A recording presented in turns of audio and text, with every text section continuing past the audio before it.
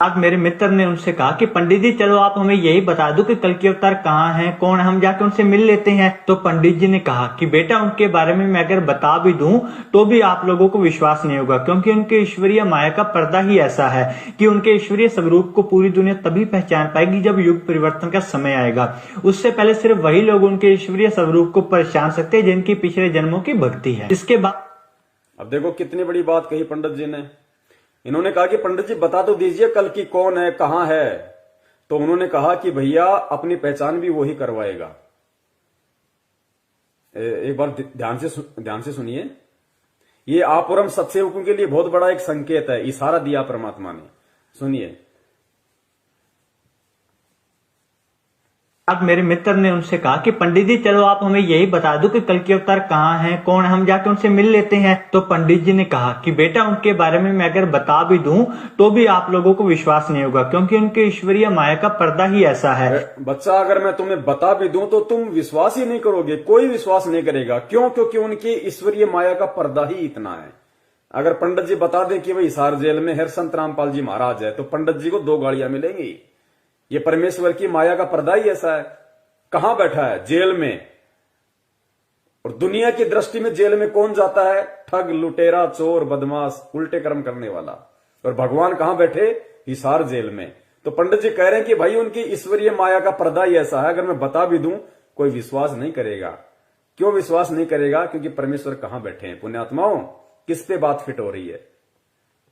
और फिर पंडित जी ने कहा कि उनको केवल वही लोग जान पाएंगे।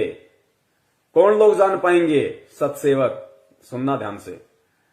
मेरे मित्र ने उनसे कहा कि पंडित जी चलो आप हमें यही बता दो कि कल के अवतार कहाँ हैं, कौन है, हम जाके उनसे मिल लेते हैं। तो पंडित जी ने कहा कि बेटा उनके बारे में मैं अगर बता भी दूं तो भी आप लोगों को विश्वास नहीं होगा, क्योंकि उनके ईश्वरीय माया का पर्दा ही ऐसा है कि उनके ईश्वरीय स्वरूप को पूरी दुनिया तभी पहचान पाएगी जब युग परिवर्तन का समय आएगा।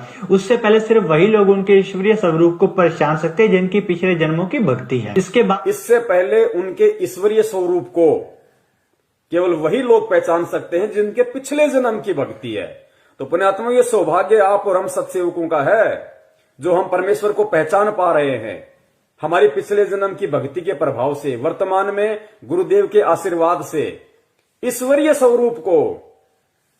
बाकी तो सब कह रहे हैं कि हमारे गुरुजी भगवान है, हमारे गुरुजी परमात्मा है, संत रामपाल जी परमात्मा है, लेकिन जब समय आता है तो उनका जन्मदिन मना देते हैं, उनका बोध दिवस मना देते हैं। लेकिन यहां क्या बात कही है कि उनके ईश्वरीय स्वरूप को केवल वही कुछ लोग पहचान सकते हैं जिनके पिछले जन्म की भक्ति है।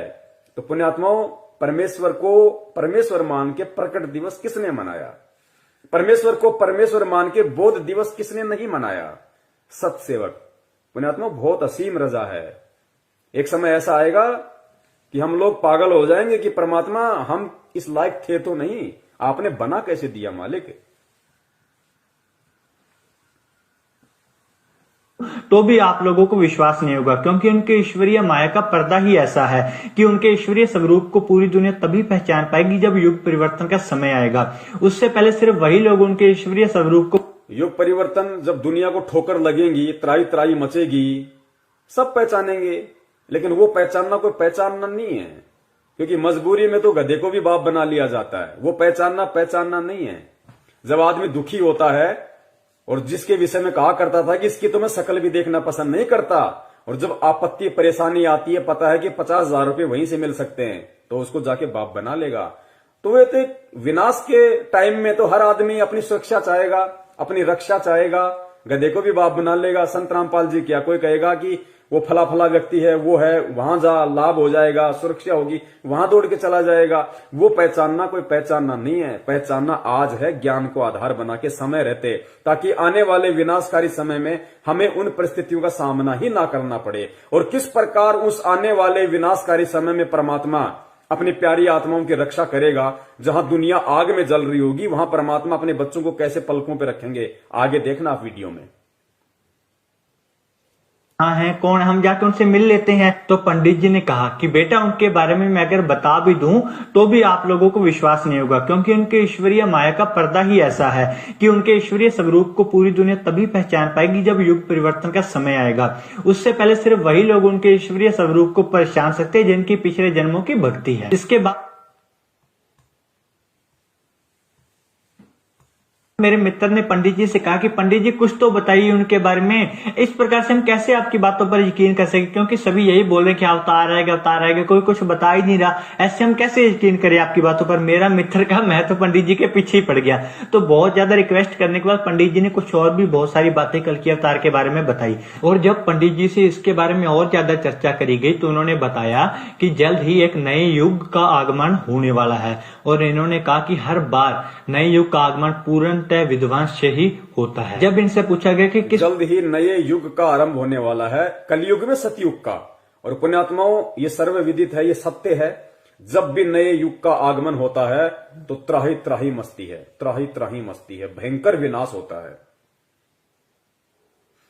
ने बताया कि जल्द ही एक नए युग का आगमन होने वाला है। और इन्होंने कहा कि हर बार नए युग का आगमन पूर्णतः विध्वंस से ही होता है। जब इनसे पूछा गया कि किस प्रकार का विध्वंस होगा तो इन्होंने बताया कि जिस प्रकार से चक्की चलती है तो उसके जितने भी दाने होते हैं वो सारे पिस जाते हैं, परंतु जो दाने उस धुड़ी उस डंडे के साथ लगकर रह जाते हैं वो दाने नहीं पिसते, वो ज्यों के त्यों बच जाते हैं।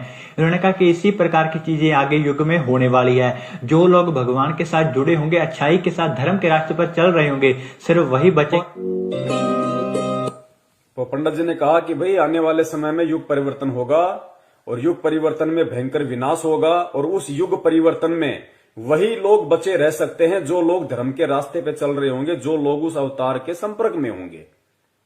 और फिर पंडित जी ने उदाहरण दिया चक्की का, कि जैसे चक्की के अंदर हम दाने डाल देते हैं और उन दो पाटों के बीच में पूरे दाने पिस के आटा हो जाता है, लेकिन वही दाने बच पाते हैं जो दाने उस चक्की का चलाने का जो होता है उसके साथ में जो कुछ दाने होते हैं वही दाने बच पाते हैं, बाकी सबका आटा बन जाता है। यानी विनाश के समय में केवल वही व्यक्ति बचेगा, उसी व्यक्ति का बचाव होगा जो व्यक्ति परमपिता परमेश्वर सतगुरु रामपाल जी महाराज जी की शरण में मर्यादाओं के साथ उन्हें परमात्मा मानते हुए जुड़ा होगा। वही व्यक्ति उस विनाशकारी समय में बचेगा। और कोई भी संगत वाला ये ना सोचे कि भाई हम तो गुरु जी के भगत हैं, गुरु जी की शरण में हैं, जो जन्मदिन भी मना रहे हैं, बौद्ध दिवस भी मना रहे हैं कि हमारी गुरु जी रक्षा कर लेंगे। गुरु जी ने एग्जाम्पल दे दिया। महाराष्ट्र से 2 गाड़ियां भर के आ रही थी, राजस्थान के नागौर में एक्सीडेंट हुआ, 13 भक्तों की दर्दनाक अकाल मौत हुई है विनाश के समय से पहले। ये संकेत है परमात्मा का, ऐसे नहीं बचाऊंगा। बचाव उसी का होगा जो परमात्मा को परमात्मा मानेगा, मर्यादा में रहेगा, भक्ति करेगा। ड्रामे करने वालों को, राजनीति करने वालों को, आरक्षणबाजी करने वालों को, गुंडों की सीबीआई जांच करने वालों को, कुपात्रों को ज्योति पाठ दान का पैसा देने वालों को, कुपात्रों के हाथों जो पाठ हो रहा है मुंडका, रोहतक, जिंद, भिवानी में, वहां जा जाके भीड़ इकट्ठा करना, उनको पैसा देना कुपात्रों को, उनका बचाव नहीं होगा। अगर बचाव करना होता तो महाराष्ट्र से 13 भगतों की जो अकाल मौत हुई थी राजस्थान के नागौर में बस एक्सीडेंट में, जो हिसार में गुरुजी के दर्शन करने जा रहे थे, वो भी भगवान के लिए जा रहे थे लेकिन मर्यादाओं से दूर थे, क्योंकि हिसार जाना गुरुजी का आदेश नहीं, धक्के खाना भटकना। परमात्मा ने मंत्र दे दिया, भक्ति आरती सत्संग दे दिया, घर बैठ के भक्ति करनी है जब तक परमेश्वर नहीं आ जाते। धक्के खाने वालों को भगवान नहीं बचाएगा।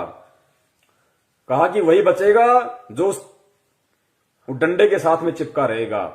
और कबीर परमेश्वर की वाणी बताई, खुद कबीर परमेश्वर ने संत रामपाल जी महाराज जी के रूप में आके क्या बताई कि चलती चाकी देख के दिया कबीरा रोई, और 2 पाटन के बीच में साबुत बचा न कोई।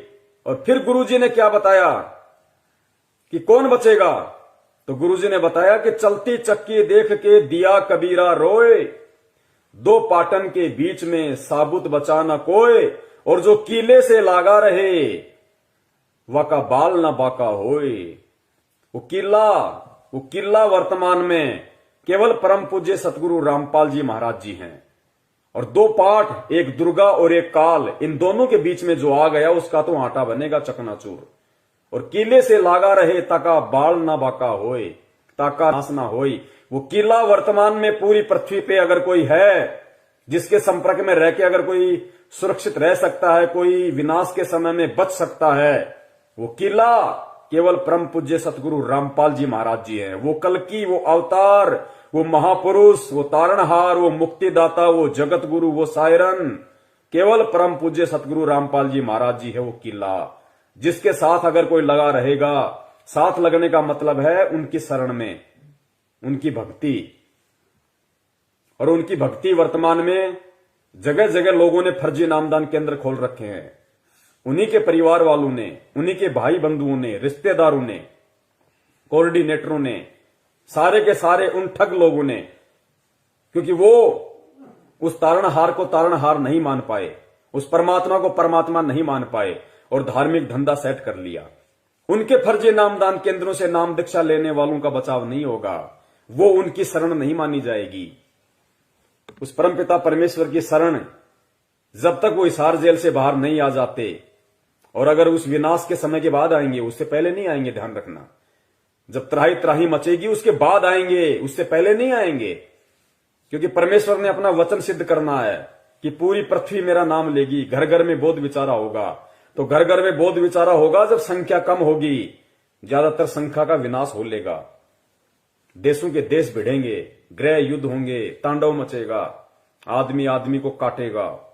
अभी आगे देखना, छोटा सा वीडियो बता, ज्यादा लंबा नहीं है। उस भविष्यवाणी में क्या बताया गया है जय गुरुदेव के द्वारा कि उस समय क्या होगा, कैसे तांडव मचेगा। आदमी सोचेगा कोई आदमी दिख जाए तो उसको काट के खा जाऊं, अन्न का दाना नहीं बचेगा, अन्न का दाना। और उस विकट परिस्थिति में गुरुजी कैसे आप और हमारी रक्षा करेंगे वो भी आप देखना, किस विधि से करेंगे। हमें भूखा नहीं मरने देंगे परमात्मा, किस विधि से और किनकी करेंगे वो भी आप देखना आगे वीडियो में। तो वो किला एकमात्र परम पूज्य सतगुरु रामपाल जी महाराज जी हैं। और जो व्यक्ति ये वीडियो देख रहे हो और अपना बचाव चाहते हो समय रहते, तो उन फर्जी नामदान केंद्रों पे जाके नाम दीक्षा मत लेना भैया, उल्टे मरोगे, उल्टे फंसोगे। सीधा सा उपाय है, सत्संग सुनो पहले। यूट्यूब पे किसी भगत से मेमोरी कार्ड लेके, जो आपके संपर्क में आ जाए, कोई पुस्तक पढ़ के संत रामपाल जी महाराज जी के पहले सत्संग सुनो। अगर उनके आने तक आप सत्संग भी सुनते रहोगे और सत्संगों के माध्यम से वो जो नियम बताते हैं, जो बुराइयां छोड़ने के लिए कहते हैं, उनको आप छोड़ दोगे, आपका बाल विवाह का नहीं होगा, बाल विवाह का। और अगर उनको परमात्मा मान के, सत्संग सुन के, ज्ञान को आधार बना के कि धरती पे अगर कोई संत है तो केवल यही है, भगवान अगर कोई धरती पे है तो संत रामपाल जी महाराज है, अगर इतना विश्वास आपको हो जाए, उसके बाद में किसी भी सत्सेवक भाई बहन से संपर्क कर लेना। उसके बाद में अपने घर में परमात्मा की 3 समय की आरती करो, घर में देसी घी का खड़ी बत्ती वाला दीपक जलाओ, परमेश्वर को दंडवत करो, सत्संग सुनो, परमात्मा का शब्द सुनो। बाल बाका नहीं होने देगा परमात्मा, बाल बाका नहीं होने देगा, और कोई तरीका नहीं है।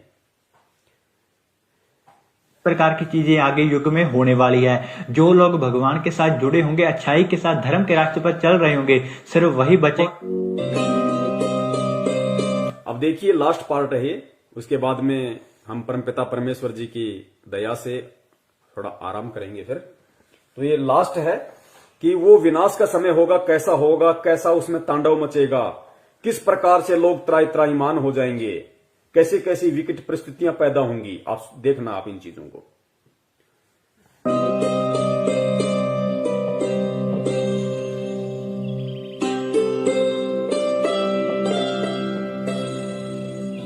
मैं सिर्फ बताता जाऊंगा, आपने सुनते जाना है। जिसे समझना होगा वो समझेगा, जिसे हंसना होगा वो हंसेगा। लेकिन दोनों ही स्थितियों में ईश्वर का कार्य होता रहेगा, क्योंकि वो समय आ गया है कि जब स्वयं परमात्मा अपनी रूहों को वापस ले जाएगा अपने जहान में। हिंदू, मुस्लिम, सिख, ईसाई हर धर्म को मानने वाले यह जानते हैं कि उनके इष्ट ने फिर से इस मृत्यु लोक में आने की भविष्यवाणी कर रखी है।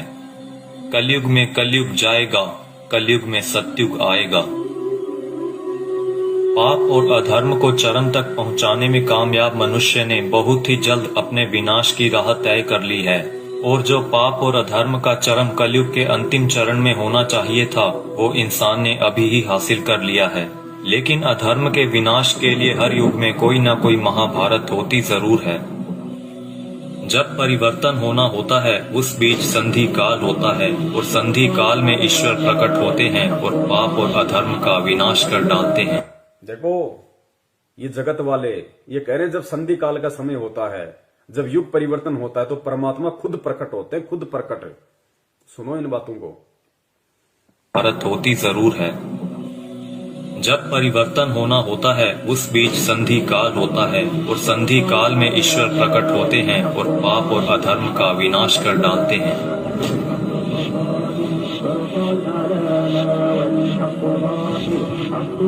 यह वीडियो वो लोग जरूर देखें जिनका परमात्मा में पूर्ण विश्वास है। इस वीडियो में दी गई जानकारी को ध्यान लगाकर समझिए। ये जानकारी कोई मनगढ़ंत या काल्पनिक बातें बिल्कुल नहीं है।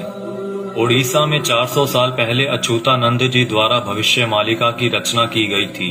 अच्युतानंद जी को भगवान श्री कृष्ण के परम सखा सुदामा का पुनर्अवतार माना गया है, जिसमें उन्होंने कलयुग के खत्म होने की भविष्यवाणी की है, जो कि गणनानुसार आने वाले कुछ वर्षों में हो सकता है। इसमें उन्होंने परमात्मा के प्रकट होने से पहले भारत के जो अंतिम प्रधानमंत्री होंगे उनके बारे में भी बताया है, और जो गुण बताए हैं वो वर्तमान के प्रधानमंत्री से मेल खाते हैं।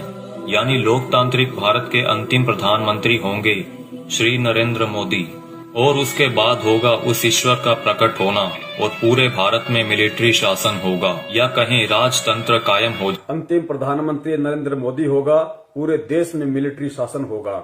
उसके बाद प्रकट होगा कौन? परम पूज्य सतगुरु रामपाल जी महाराज जी उसके बाद पूरी दुनिया के सामने आएंगे।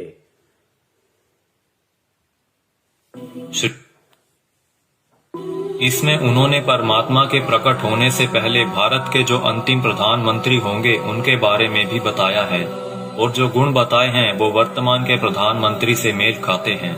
यानी लोकतांत्रिक भारत के अंतिम प्रधानमंत्री होंगे श्री नरेंद्र मोदी, और उसके बाद होगा उस ईश्वर का प्रकट होना, और पूरे भारत में मिलिट्री शासन होगा, या कहें राजतंत्र कायम हो जाएगा, और पूरे विश्व में सनातन धर्म की पुनर्स्थापना होगी।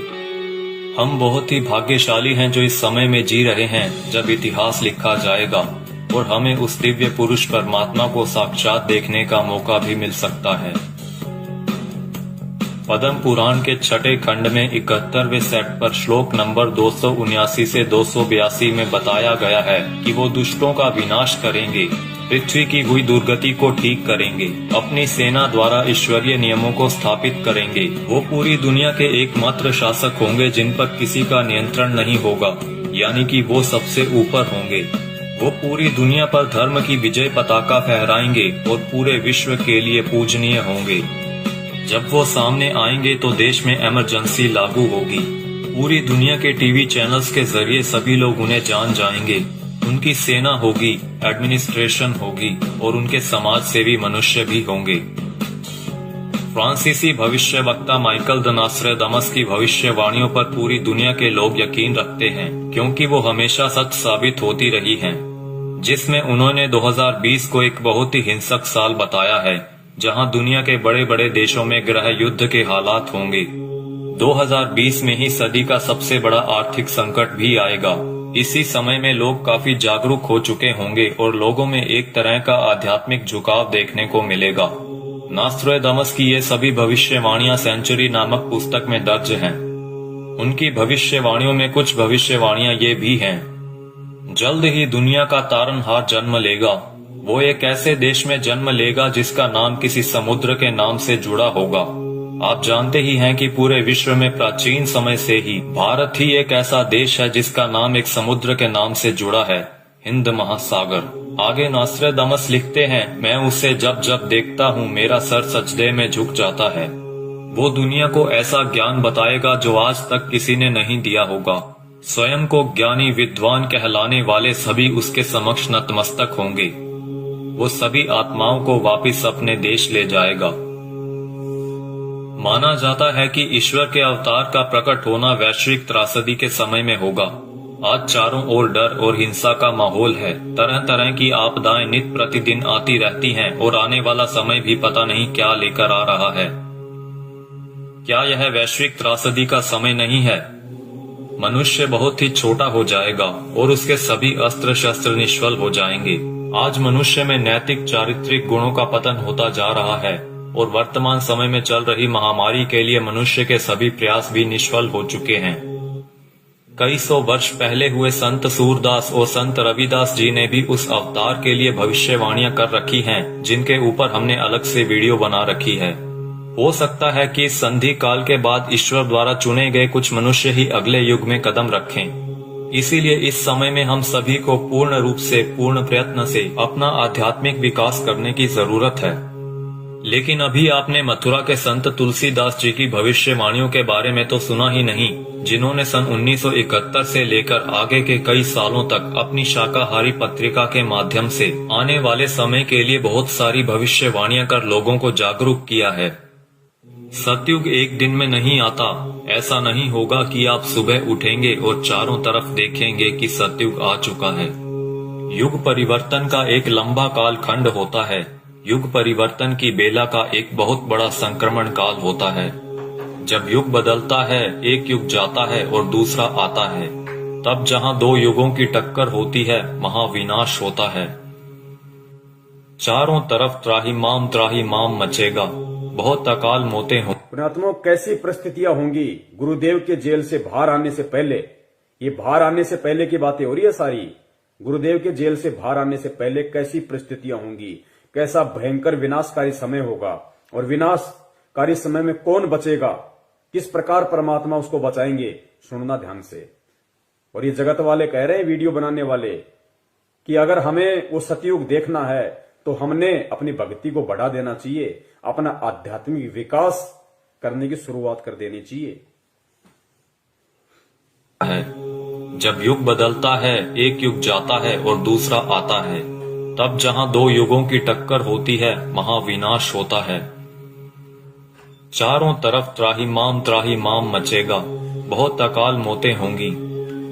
लोग कीड़े मकोड़ों की तरह मरेंगे, लाशें पड़ी सड़ेंगी, उनको उठाने वाले नहीं मिलेंगे, कौन किसको उठाएगा।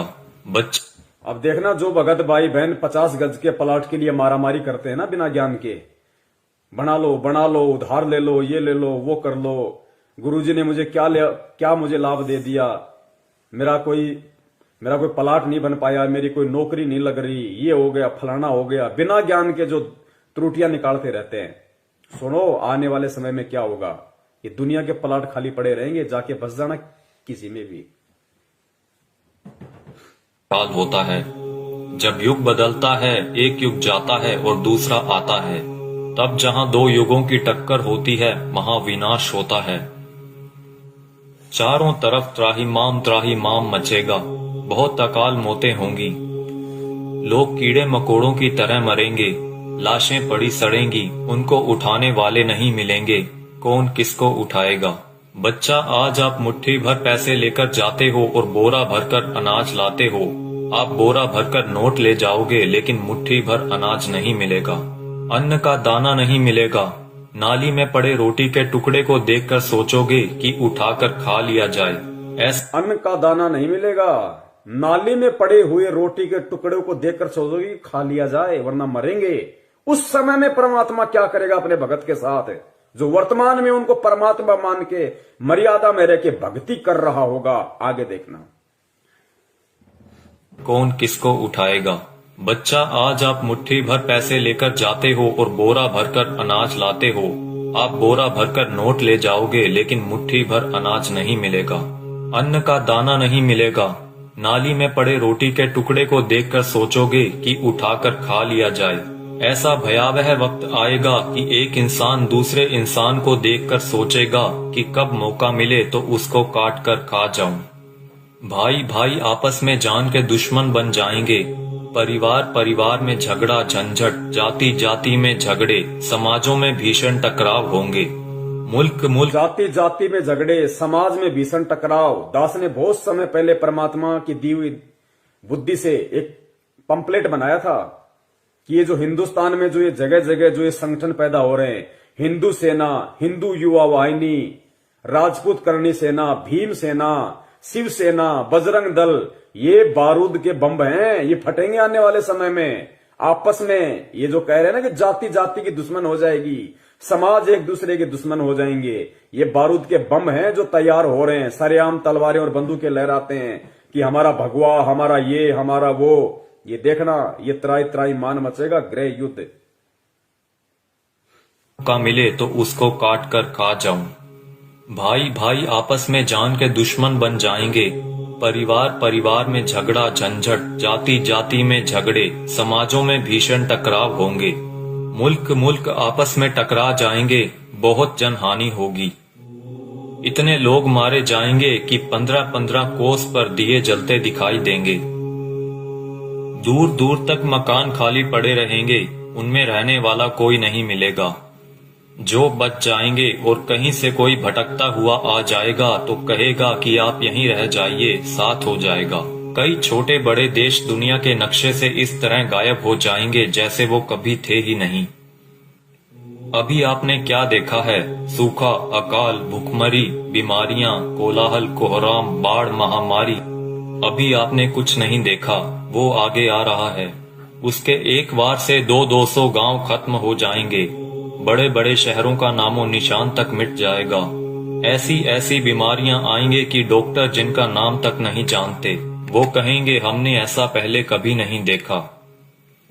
ऐसी भयावह बीमारियां होंगी कि डॉक्टर अस्पताल से भाग खड़े होंगे, कहेंगे हमारे पास इसका कोई इलाज नहीं है। आप समझते हो सतयुग ऐसे ही चुपचाप चला आएगा? भयावह विनाश लीला के बाद जो मुट्ठी भर लोग बचे रहेंगे वो सतयुग का नया सूरज उगता हुआ देखेंगे। भयंकर विनाश के बाद में जो मुट्ठी भर लोग बचेंगे वो सतयुग का नया युग देखेंगे। वो पुण्यात्माएं होंगी जो भक्ति करेंगी, जो गुरु जी के चरणों में लगी रहेंगी, जो किसी भी पाखंडी नकली गुरु धर्म गुरु के कहने पे उनकी वाणियों का उल्टा सीधा अर्थ बता बता के पाखंडी जैसे वो मदन पंथ में कौन है वो नालायक, ऐसे लोगों के कहने से, उनके बहकाव में आने से जो अपने गुरु के प्रति अपनी श्रद्धा को खत्म कर देंगे, विश्वास को खत्म कर देंगे, शक और शंका की दृष्टि से अपने गुरु को देखने लगेंगे, भक्ति और ज्ञान को देखने लगेंगे, वो आने वाले सतयुग का स्वागत नहीं करेंगे, वो नहीं बचेंगे उस समय तक। का नाम तक नहीं जानते, वो कहेंगे हमने ऐसा पहले कभी नहीं देखा। ऐसी भयावह बीमारियां होंगी कि डॉक्टर अस्पताल से भाग खड़े होंगे, कहेंगे हमारे पास इसका कोई इलाज नहीं है। आप समझते हो सतयुग ऐसे ही चुपचाप चला आएगा? भयावह विनाश लीला के बाद जो मुट्ठी भर लोग बचे रहेंगे वो सतयुग का नया सूरज उगता हुआ देखेंगे और सतयुग की अगवानी के साक्षी बनेंगे। मुझे जो करना था मैंने अपना काम कर दिया है, अब कुदरत अपना काम करेगी। आने वाले समय में यूएनओ भारत में चलेगी, सुरक्षा परिषद भारत में आएगी, विश्व का न्याय भारत में होगा, देश और दुनिया का तख्ता पलट होगा, छोटे छोटे राष्ट्रों का भारत में विलय होगा, देश में प्राकृतिक और दैवीय प्रकोपों से भारी जनहानि होगी, 20 करोड़ लोग एक झटके में लापता हो जाएंगे, आबादी बहुत ही कम रह जाएगी। भारत की बहुत कम आबादी होने पर भी भरपेट खाना नहीं मिलेगा। इतने कष्ट आएंगे कि लोगों की कचूमर निकल। भारत की बहुत कम आबादी बचेगी, कहते हैं उसके बाद भी भरपेट खाने के लिए भोजन नहीं बचेगा लोगों के पास में। ठीक कम रह जाएगी। भारत की बहुत कम आबादी होने पर भी भरपेट खाना नहीं मिलेगा। इतने कष्ट आएंगे कि लोगों की कचूमर निकल जाएगी। चारों तरफ विश्व युद्ध होगा, कीटाणु बमों का प्रयोग किया जाएगा। एक सफेद पोशाकधारी ही युग परिवर्तन का कारण बने। बंदी छोड़ सतगुरु रामपाल जी महाराज की जय हो। एक सफेद पोशाकधारी, क्योंकि ये जितने भी भविष्य वक्ता हैं विदेशी, ये जो परमेश्वर को देख रहे हैं, उस अवतार को देख रहे हैं, ये गुरु जी के वर्तमान रूप को देख रहे हैं। एक सफेद पोशाकधारी जिसका गौर वर्ण होगा, चरम विहीन पादुकाएं होंगी, मस्तक पे अर्धचंद्र का निशान होगा। ये सतगुरु रामपाल जी महाराज जी के वर्तमान रूप को देख रहे हैं। अपनी भविष्यवाणियों में उन्होंने वर्तमान समय को उन्होंने देखा था। एक सफेद पोशाकधारी ही युग परिवर्तन का कारण बनेगा। रूपानंद कह रही है कि वो उत्तराखंड में है, साधु संत है। यहां तो लाल कपड़े वाले हैं सारे, गले में मोटी मोटी रुद्राक्ष की मालाएं पहने बैठे हैं। कोई मुंडित है, कोई चंडित है, कोई जटाधारी है, कोई लंगोटाधारी है। सफेद पोशाकधारी तो केवल परम पूज्य सतगुरु रामपाल जी महाराज है। आबादी बहुत ही कम रह जाएगी। भारत की बहुत कम आबादी होने पर भी भरपेट खाना नहीं मिलेगा। इतने कष्ट आएंगे कि लोगों की कचूमर निकल जाएगी। चारों तरफ विश्व युद्ध होगा, कीटाणु बमों का प्रयोग किया जाएगा। एक सफेद पोशाकधारी ही युग परिवर्तन का कारण बनेगा। आप शीघ्र अतिशीघ्र उस आध्यात्मिक शक्ति के साथ जुड़ जाएं, तो आपका बचाव होगा।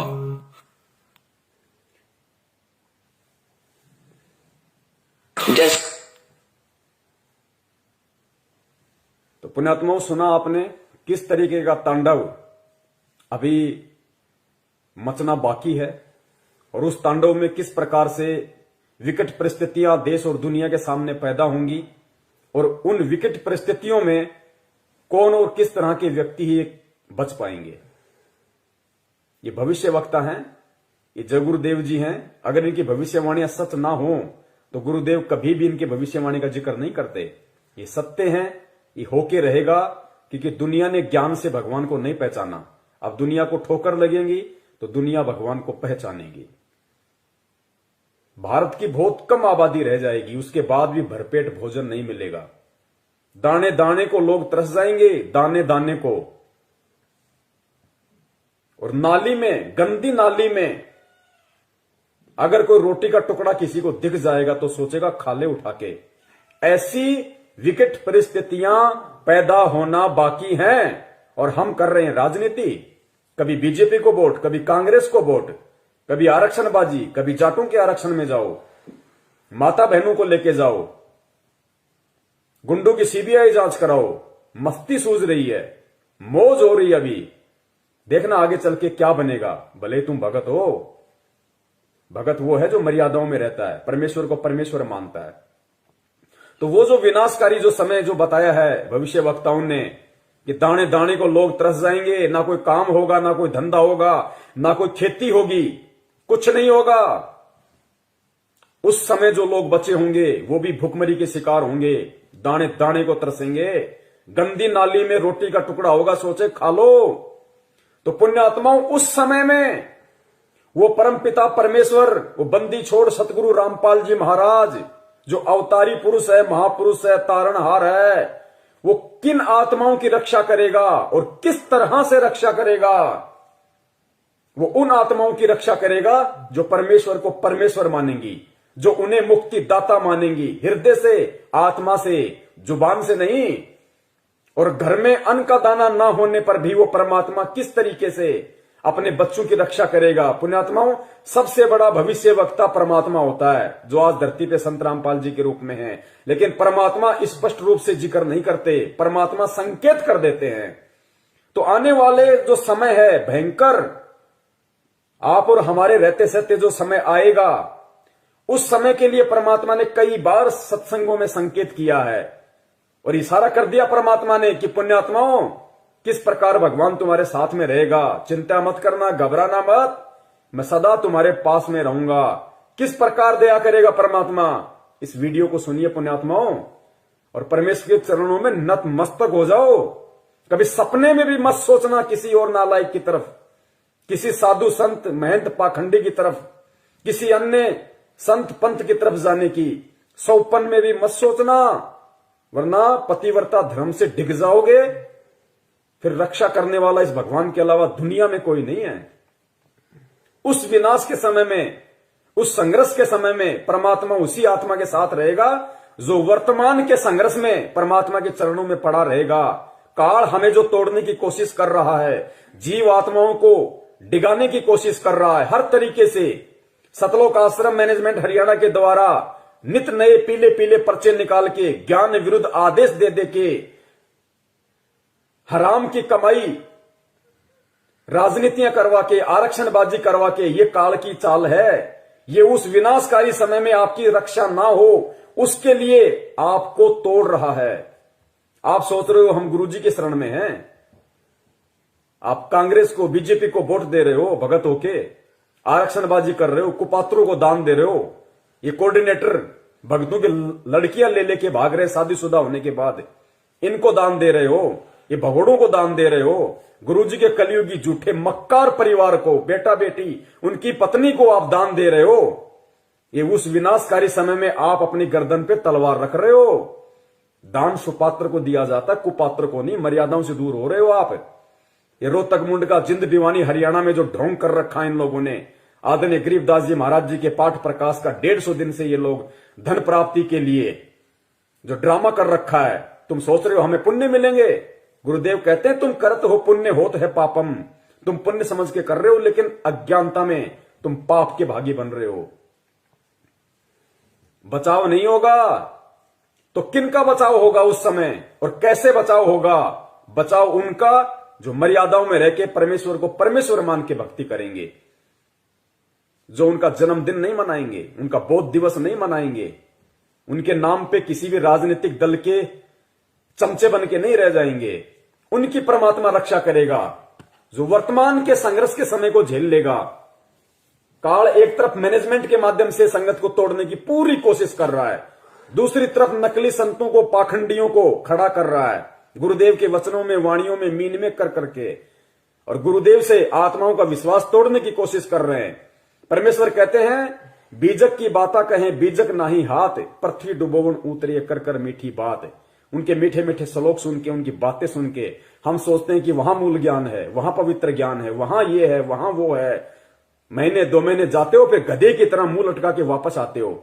भगवान से दूर हो गए, ना इधर के ना उधर के, धोबी के कुत्ते वाली हालत हो जाती है तुम्हारी। काल ऐसा करके छोड़ देता है।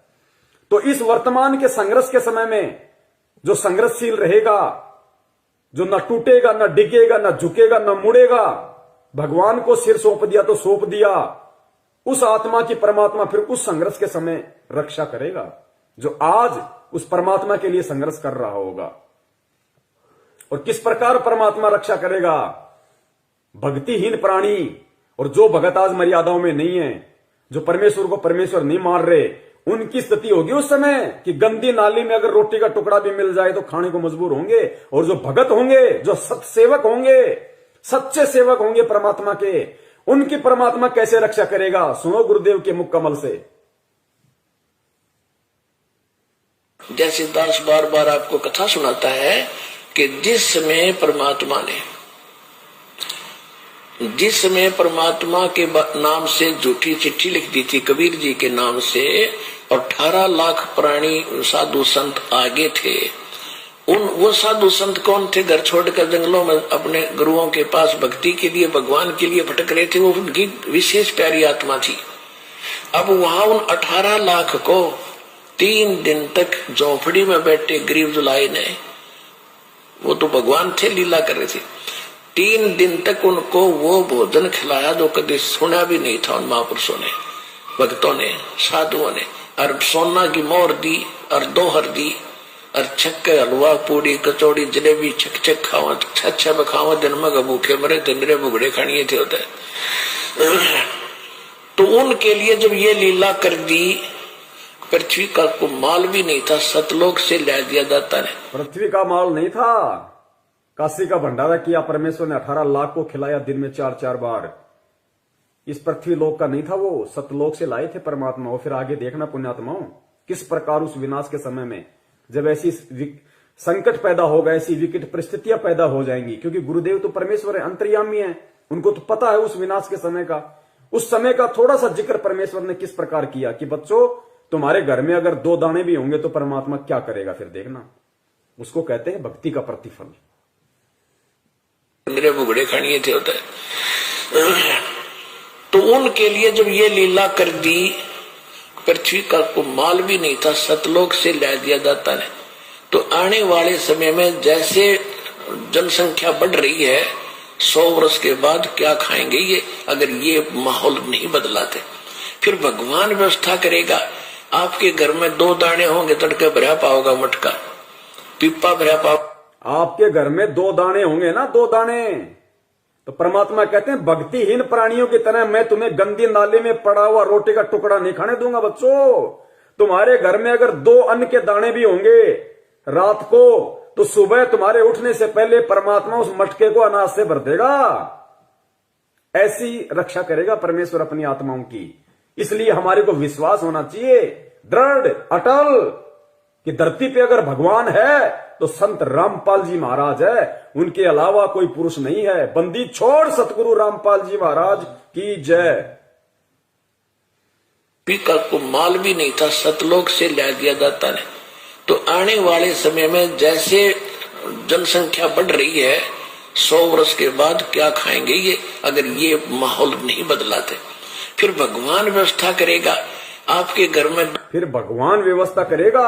आज हम जो काम धंधा कर रहे हैं, 2 के 4 कर रहे हैं, हम जो अपना दिमाग चला रहे हैं कि हम कर रहे हैं तो खा रहे हैं, ये सब फेल हो जाएंगे। आज भी परमात्मा दे रहा है, आज भी परमात्मा ही करवा रहा है। कैसे करेगा परमात्मा, देखना। माहौल नहीं बदलाते, फिर भगवान व्यवस्था करेगा आपके घर में 2 दाने होंगे, तड़के भरा पाओगा मटका, पिप्पा भरा पाओगा आटेगा, इस तरह कर देगा दाता आपके लिए। लेकिन साध वचन पलटे नहीं, चाहे पलट जाए ब्रह्मांड। अगर परमेश्वर ने ये वाणी कही है कि आपके घर में 2 दाने होंगे, सुबह मटका भरा हुआ मिलेगा, तो वो विकट समय आएगा, वो 2 दाने वाला समय आएगा भाई। तभी परमेश्वर ने इस वाणी का जिक्र किया, ये बात कही है परमात्मा ने कि आपके घर में 2 दाने होंगे। नहीं तो भगत आज हम अपना काम धंधा कर रहे हैं, अपना कमाई रहे ना, लेकिन एक समय ऐसा आएगा ना काम होगा ना धंधा होगा, ना कोई घर से बाहर निकलेगा, डरेंगे, सहमे हुए होंगे, डरे हुए होंगे। उस समय परमात्मा कहते हैं कि जो भक्तिहीन प्राणी भूख के मारे क्या करेंगे, कब तक घरों में बैठे रहेंगे। ना ये ब्रह्मा रक्षा करेगा, ना विष्णु करेगा, ना दुर्गा करेगी, ना काल, ना महाकाल, ना देवी देवता, ना भैरू, ना भूत, ना यार, ना रिश्तेदार, ना मां, ना बाप। आज हम जिनके लिए भगवान से दूर हो रहे हैं कि मेरी मां रुष्ट हो जाएगी, मेरा बाप मुझे लड़ेगा, मेरी पत्नी मुझे छोड़ के चली जाएगी, उस समय कोई नहीं आएगा, वो परमेश्वर आएगा उस समय रक्षा करने के लिए। किनकी? जो भक्ति करेंगे, जो भक्ति करने की इच्छा से होंगे। बढ़ रही है 100 वर्ष के बाद क्या खाएंगे ये, अगर ये माहौल नहीं बदलाते। फिर भगवान व्यवस्था करेगा आपके घर में 2 दाने होंगे, तड़के भरा पाओगा मटका, पिप्पा भरा पाओगा आटेगा, इस तरह कर देगा दाता आपके लिए। लेकिन भक्ति करवाने के लिए सतगुरु रामपाल जी महाराज की जय हो। ये उनकी करेगा जो भक्ति करेंगे, और जो बकवाद, ये उनकी करेगा जो भक्ति करेंगे, और जो बकवाद करेगा वो अपना करते रहेंगे, वो गंदी नाले के टुकड़े खाते रहेंगे भगत होके भी। पिप्पा भरा पाओगा आटेगा, इस तरह कर देगा दाता आपके लिए। लेकिन भक्ति करवाने के लिए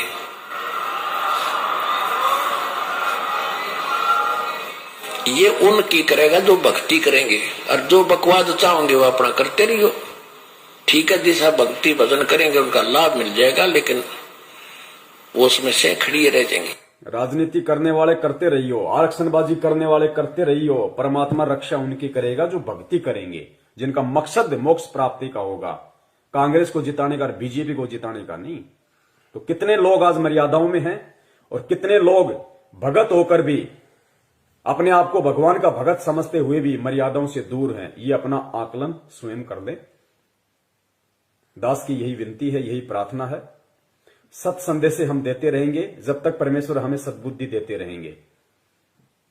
और निवेदन करूंगा सभी भाई बहनों से, वीडियो को ज्यादा से ज्यादा, ये ऐसा वीडियो है, ये बहुत लंबा चलना चाहिए वीडियो, हर आत्मा तक संदेशा पहुंचना चाहिए। अब ये दास इसको फेसबुक पे जाके और दोनों पार्ट को एक कर देगा ऊपर नीचे।